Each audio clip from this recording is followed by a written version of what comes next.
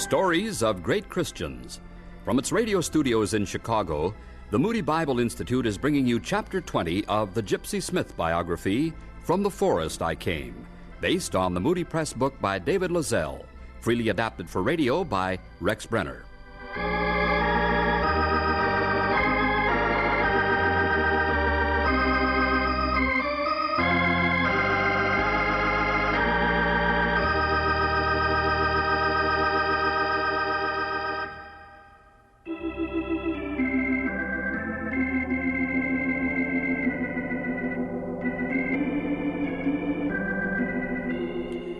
During my 68 years as an evangelist, preaching out of doors has always been my favorite way of addressing an audience. Of course, in huge auditoriums, I've spoken to crowds numbering in the thousands. The most moving open-air meeting I ever experienced I conducted in Norton Lane in 1934, near to the very spot where my mother had died. During the course of my address, I pointed to the place where years before my sister had said, "Rodney, you have no mother."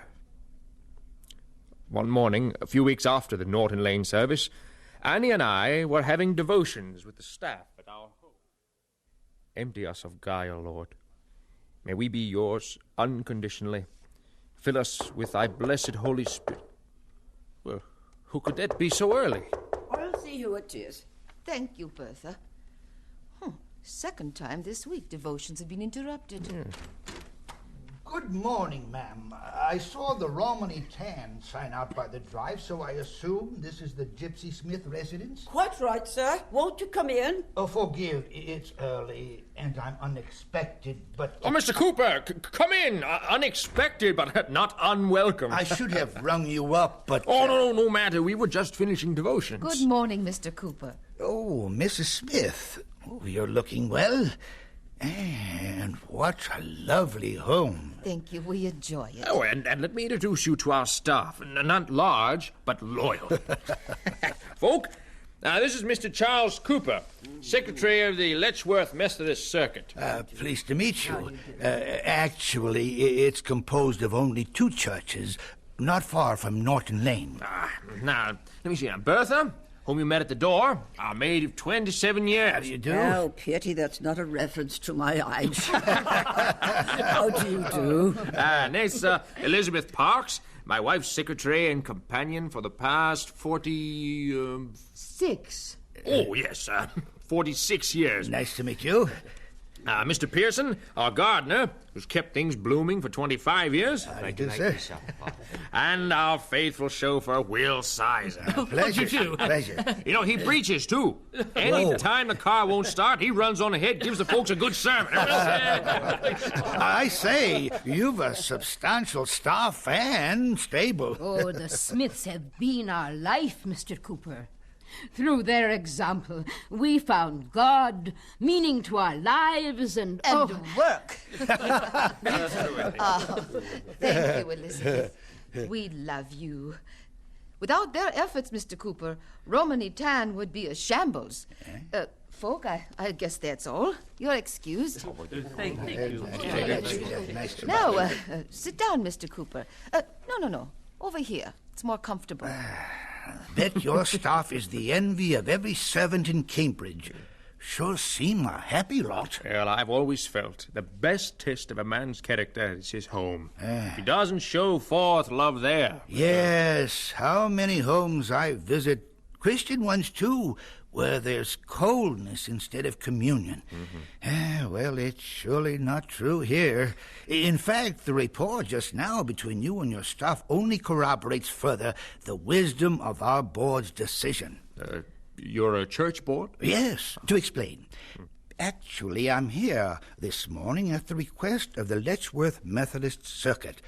Our board met last evening. As you know, for some time we've deliberated regarding a plan to build a church on premises at Norton Village. Yes, it's needed desperately. Last evening we voted to build a new church on premises at Norton Village. Amen. Yes. During the open-air service in Norton Lane, I heard a number of your members discussing the possibility. Many of our people mentioned that was the most moving service they'd ever attended. I confess I shed a few tears myself. If everyone as a child were to experience the love and sharing that you knew, oh, what a world this would be. I'm prejudiced, but that love reflects onto everyone Rodney meets. Come on now, Henry. No. I agree with your wife. And our church surely agrees, which brings me to the point of my visit. Last evening, our board voted on another resolution presented by our church members. I see. A resolution was passed unanimously to dedicate our new church building to the memory of your parents. Rodney! Oh, what an honor. It was further suggested that we design a pulpit shaped like a gypsy wagon. Oh, really? With an inspiration that reads, "To the glory of God and in memory of the beloved parents of Gipsy Smith." How wonderful, Mr. Cooper. What a comfort that would be. To know that the gospel was being preached from a pulpit only a short distance from my parents' grave. God willing, that dream will become a reality. Yes, God's will. That's most important. Right. We'll surely be in prayer, and if he so leads, perhaps I can help. I'll assume you'll need to raise funds. Most assuredly. But especially do we covet your prayers. You have our word on that.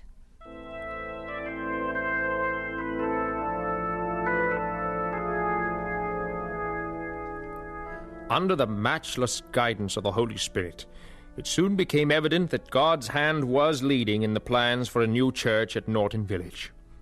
As the financial need was made known, friends on both sides of the Atlantic were most generous with their prayers and contributions.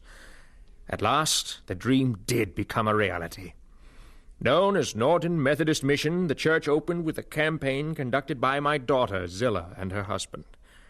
I was ministering in America at the time and disappointed that I could not be there. But later, my brother Ezekiel and I, much to our delight, were invited to conduct evangelistic meetings at the church. And, yes, I still sang, a bit thin on the high notes. Of course, I always had the support of Harold Murray. And when he was not busy accompanying me, it seemed he could always be found huddled in a corner, busily writing in his journal. I remember one blustery winter evening, early in 1937, when Harold, journal in tow, visited Romany Tan for a very special reason. Guess that about does it. Just a few more dates and incidences I want to double-check. Here, let's see. Oh, by the way, have you settled on a title for your book? Oh, yes, rather obvious. 60 Years an Evangelist, an intimate study of Gipsy Smith. Oh, really, Harold, I'm no scholar, no theologian. I'm not a G. Campbell Morgan, Dinsdale Young, someone profound, but the book will never sell. Oh, don't buck me, Gypsy. I'm writing this because I feel led. Besides, people don't want to read dull, heavy theological arguments. They want to read bold, aggressive efforts to bring about evangelical revival. Effort in which there's sacrifice and reality. That describes you, Rodney. To a T, or should I say a G, huh? I often quote Gypsy's admonition, if you want revival, draw a chalk circle around yourself and pray, God, begin revival inside this ring. How true. Oh, Harold, don't forget the open-air meeting in Epping Forest. A year ago last summer. May, I think it was. Oh, yes, let's see my notes. Oh, here it is. Oh, no, it was June. Let's see. At least 10,000 people there. And don't forget, it was held near the spot where I was born. Oh, yes, I have that. Very appropriately used a gypsy wagon as pulpit. Annie sat inside of the wagon and... The only spot where I wouldn't get squashed. Such a throng. Oh, Annie. Reminded me of what it must have been like when crowds came to hear Jesus. Now, here's a quote I really like. From the Jersey campaign of 34. The greatest barrier between your unconverted friends and Jesus is your inconsistency. Inspired of my own inconsistency. Of course, you've included the New Jersey campaign. My focal point gave the book its title. Here, at Elizabeth, New Jersey, during your 33rd trip to America, a campaign was held in celebration of your 60 years as an evangelist. You were converted in 1876. November 17th. Yes. a gospel chorus, 60 years of service was written as a tribute. And later, at Westminster in London, there was another celebration. Ah, what an evening. Why, even Lloyd George was there to congratulate. Right, and my notes read, on behalf of a few of Gipsy's closest friends, Mr. J. Ogden, a jeweler, presented him with a beautiful silver model of a gypsy wagon, designed by Gipsy's grandson, Mr. James Lean. Oh, what a moment that was. God has given so many beautiful moments. My only regret is that so often Annie was not there to share them. More important, we've shared them in spirit. And that's a closeness that transcends even the physical. Oh, now there's an Annie original, huh? Time you wrote a book, Mrs. Smith. Oh, not I. You've enough gypsy lore crammed into that journal to fill 3 books. And I can't wait until it's published. Annie never read that book. Not in this world, for God took Annie before it was published. News of her going reached me while I was in America preaching. Oh, yes, I grieved, but not as one without hope. For I know that we will be reunited on that glad day. That day when God will rapture me through that filmy veil of death. Pray God, He will not tarry.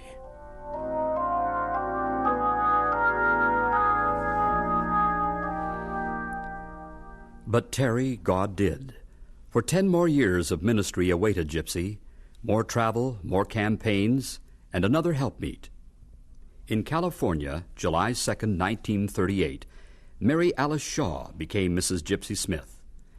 Mary was an invaluable companion and comfort to Gipsy in his waning years, handling his secretarial work, sometimes filling in as soloist in his meetings, even conducting meetings. During the Second World War, they traveled extensively in America, campaigning. Back in England, he visited once more scenes of his earlier ministry and Epping Forest. Standing with Mary 'neath the hornbeam tree, he requested that one day his ashes be buried here, near the scene of his birth. At 87, in failing voice and strength, he planned to seek the healing warmth of Florida sunshine. But on August 4th, when the Queen Mary reached New York Harbor, our friend's soul, even that day, had already reached harbor, that celestial harbor.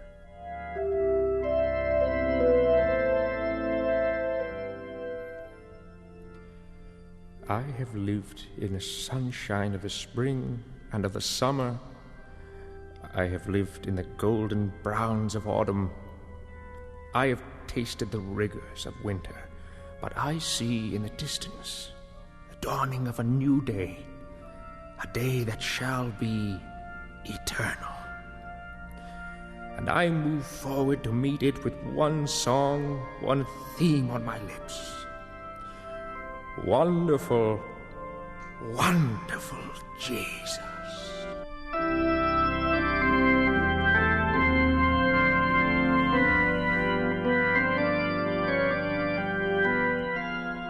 And so we conclude the 20th and final chapter of the Gipsy Smith biography, From the Forest I Came, produced by Rex Brenner. Roger Mueller portrayed the adult Gipsy Smith, Don Woodard was heard as Gipsy the adolescent, and Mary Skoll was Gipsy Smith the child. Louise Burnett portrayed Annie, Gipsy's wife. Sound effects were created by John McComb. Music was by Ralph Colburn. Engineering, Dennis McGrath. I'm Walter Carlson. This has been another in the series, Stories of Great Christians, produced in the radio studios of the Moody Bible Institute in Chicago.